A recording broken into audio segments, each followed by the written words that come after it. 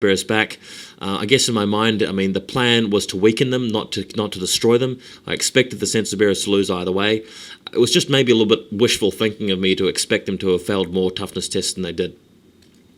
Next image, what happened here is that I fired the Plague Claw template on the Knights, the Plague Claw catapult, hitting all 5 of them with a direct hit. And this is the dice roll I made for scoring wounds. Now, it's strength 2 against toughness 4. 6 is required to wound, but with no armor save. So imagine that, a 5, 6, 6, 6, and a 6 rolled, killing 4 Chaos Knights. So that's a bit of good luck making up for my bad play and bad luck so far with other misfires. But wow! Killing 4 Knights with that War Machine, absolutely crazy stuff. Next image, that single knight responds by charging this unit of clan rats here, along with the Demon Prince and Chaos Hero on Juggernaut. Obviously my unit here taking massive casualties, but due to having more ranks than he did, able to stick around, which is the value of having infantry blocks in 8th edition, I guess. Next image, the big giant Dragon Ogre Slugs have charged the Doom Wheel, crushing it completely. Just flabbergasted by myself forgetting, that these guys are immune to lightning. It doesn't really crop up in normal games of Warhammer, but, Josh remembered it, so I absolutely just got spanked here. The Doom Wheel should have been on the other flank, helping out against the annoying Tzeentch Chaos Warriors, and that would have really done me a huge favour.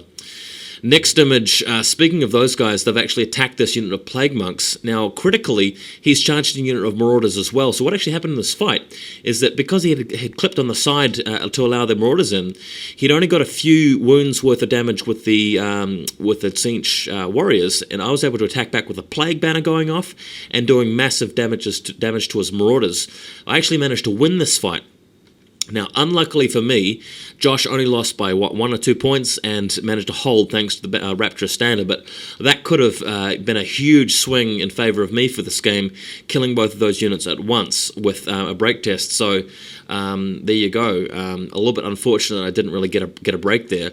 But odds were I was going to, just given the fact that it was I think, leadership test on a 6, but with Rapturous Standard, so slightly less than 50-50, I think, to stick them around. Anyway, the Hell Cannon has charged the slaves. It's going to take quite a while for the Hell Cannon to bust through that group of slaves. They don't have Death Frenzy, though, so I'm not really going to be able to do much damage back. Next image, the Assassin pops out and is attacking the Khorne Lord on the Juggernaut there and trading blows here quite furiously, but neither side able to do any damage. But fortunately, this allows me to show off my cool model and also use the 4+ ward save to prevent myself from taking as much combat res damage as I would from the unit, allowing me to stick around a bit longer. Next image, I can respond to my turn thanks to the unit surviving with the help of the Assassin, charging headlong into the side of the Demon Prince with my Screaming Bell. So this is a bit of a bold move, really trying to break them on combat res, and the plan here is just to scare the other guys away and keep the Demon Prince locked in combat until I can actually get some wounds off on him. But it's going to be a hard road getting it because he's stubborn. Josh doesn't have a BSB close enough to the Demon Prince, so if I'm lucky, the Demon Prince will eventually fail a break test, but in the meantime, Screaming Bell slamming into him. Next image, the Tzeentch Warriors in the following round of combat obviously devastate the Plague Monks and they flee for their lives, and the War Machines are now in trouble. So things going very badly for Luke on the Vol, I should say. My real name is Luke. Luke versus Josh in this game, as we like to think of it, and getting crushed in the left-hand flank.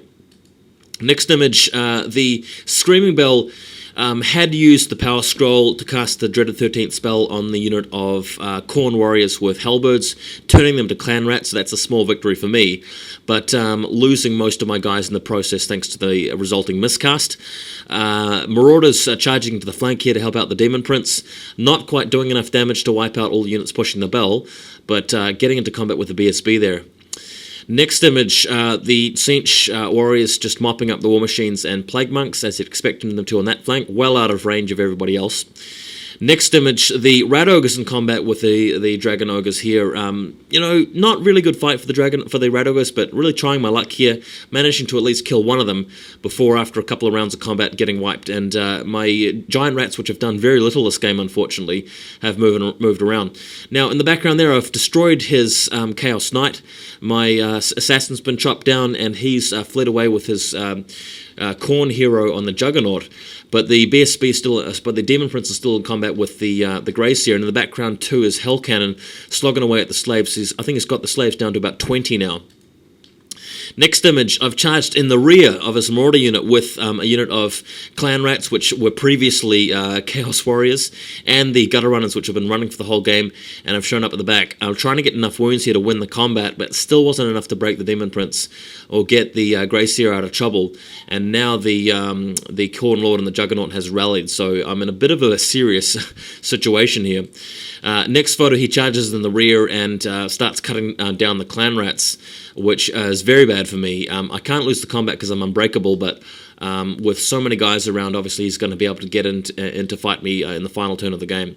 Next image, the Giant Rats charge the Dragon Ogres, trying to get as many wounds on them as possible. Fortunately for him, though, didn't really manage to get that many wounds on him, and he wasn't really able to break me back because I have too many models in this unit. Next photo, the Hell Cannon has managed to destroy the slaves. Just been having crappy rolling on break tests and things so far, but there you have it. Hell Cannon manages to take the slaves out. The Clan Rats are fleeing, not being able to rally because their leadership's too low at this point, and things really turning very badly. So I actually decided to concede the game at this point. I used Crack's Call on his Hell Cannon twice. The first time I didn't actually roll high enough to get it off. I rolled like 2 2s and 2 1s. And the second time I fired it and the range wasn't enough to get to it on 66. Just absolutely shocking rolling throughout this game, apart from that splatter on the Chaos Knights. And, a couple of big mistakes this game. So just not playing or rolling dice as well as I normally do.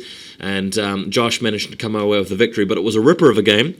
Really enjoyed it. And hopefully looking forward to seeing Josh's army in a really splendorous fashion in the next tournament. Give you guys some photos of it when the time comes. Anyway, thanks for watching.